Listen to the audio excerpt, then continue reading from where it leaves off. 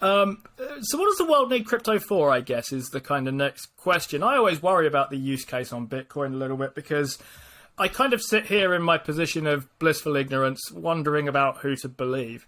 On the one hand, I have Charlie Munger, who tells me that the main use of Bitcoin is so that criminals can use it to perform transactions without people seeing them.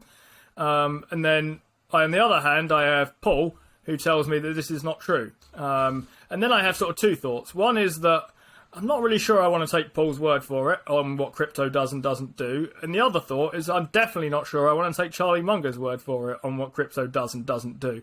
I'm not sure who's the smaller expert on this kind of thing, but if that's not what it's for, what is it for?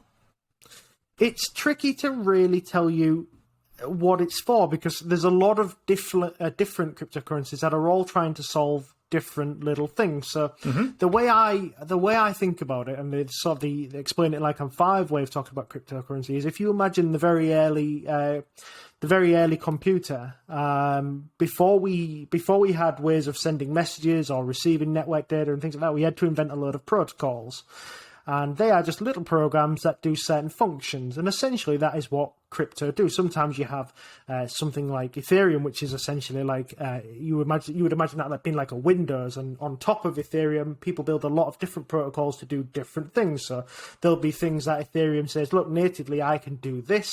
And if somebody says, well, that would be really good, but if we just built on top of Ethereum and changed it a little bit so that this thing it did natively works better or cheaper, you can do that as well. And the basic in crypto speak, they call that layer 0. So layer 0 would be your Windows, I guess. And then layer 1, layer 2 is functions built on top of layer 0 that either provide additional functionality or improve the functionality that's already existing. So I've forgotten the question. It was what does the world need this stuff for? And your answer was at least partly that it varies depending on what coin we're talking about. Yes. So in terms of what the world needs it for, the truth of the matter is that it doesn't actually provide much functionality that we don't already have. The idea being is that you could do it in maybe a trust. A lot of cryptocurrency was born out of a period of time when people didn't like the banks or still continue to not like the banks or don't trust the banks or don't like the way that these things are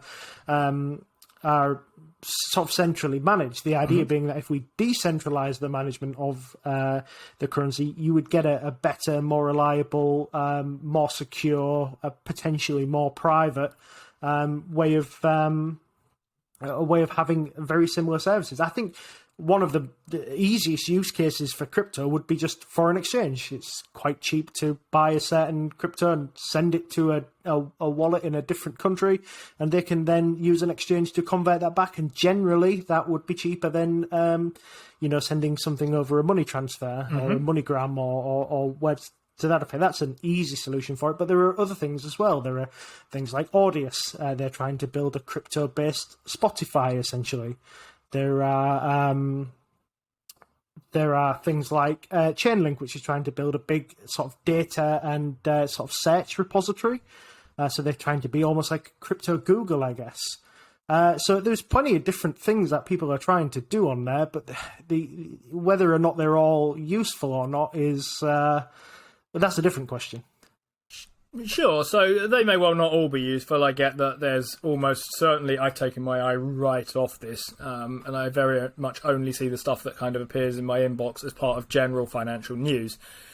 But the idea of a kind of better, quicker, more reliable way of transferring money makes a lot of sense, right? As a kind of use case, at least for crypto in general, or maybe some part of that kind of enterprise.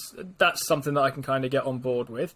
I guess I wonder on the sort of risky side then. I mean, I hear that different countries appear to view crypto in different ways. So the government of El Salvador, I think, is very much open to bringing Bitcoin on as a currency, rather than just a kind of way of moving things from one currency to another. The government of China, which is significantly larger than El Salvador, has banned it, from what I understand of things. What happens if Bitcoin gets banned, or sorry, any of your preferred crypto, I guess? I know you don't own Bitcoin, but it's the most obvious example here. It gets either banned or regulated or something.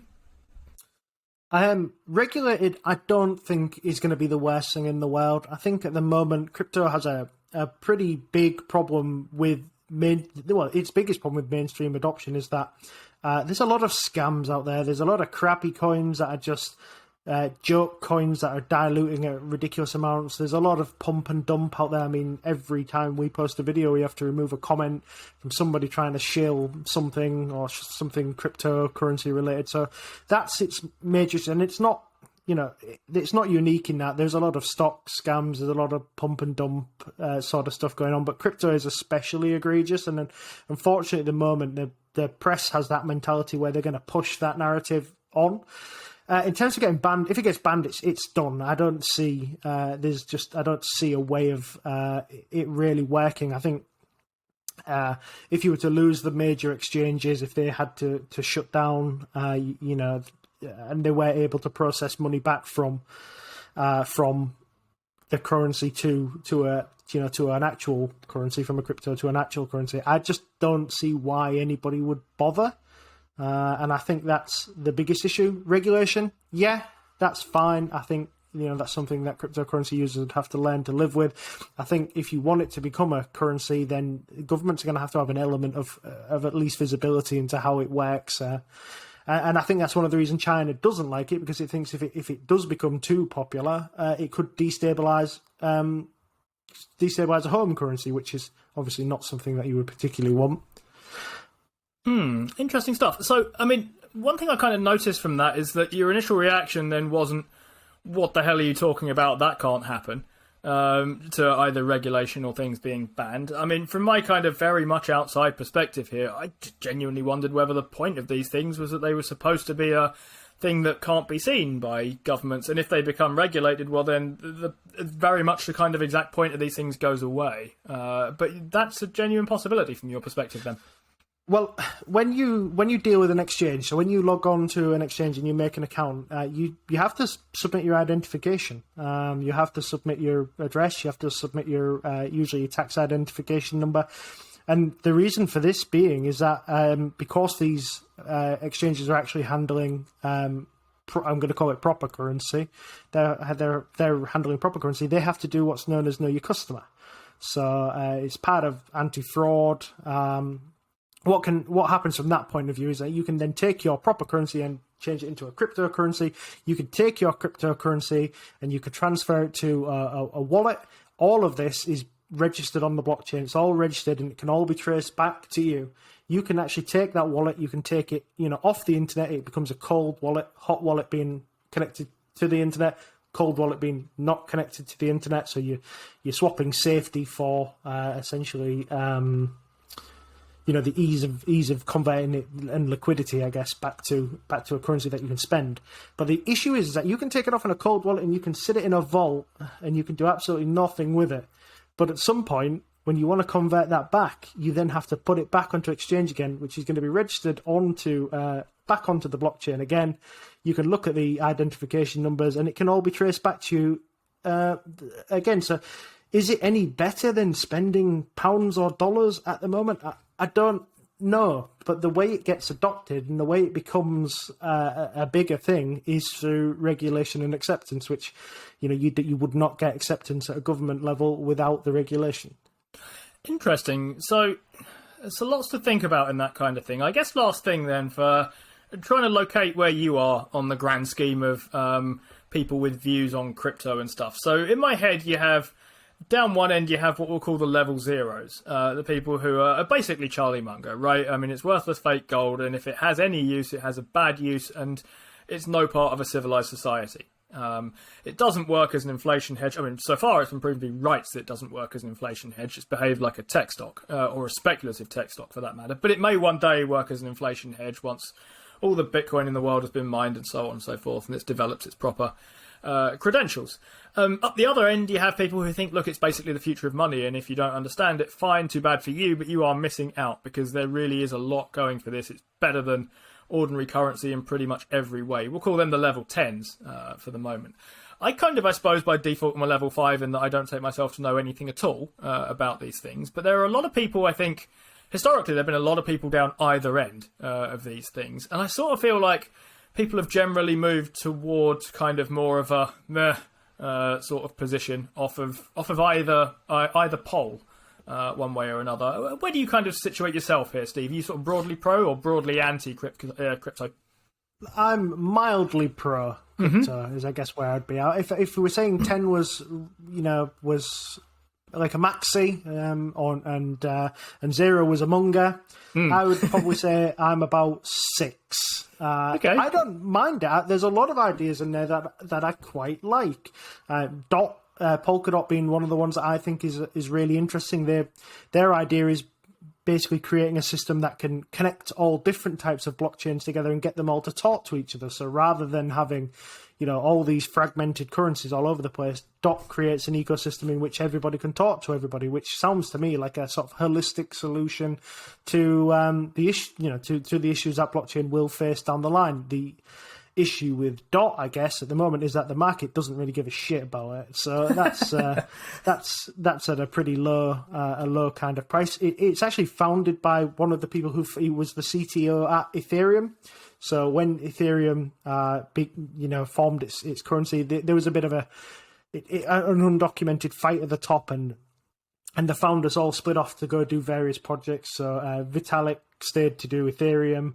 Gavin Wood, who went to the university just up the road from me, he went to do Polkadot. And Charles Hoskinson is another one of the famous ones. He went off to go do Cardano, which is another one of the top 10. So between those three people, they've split off from the second biggest crypto, and they've made cryptos that now all sit in the top 10 in terms of market cap, and have been for quite a while.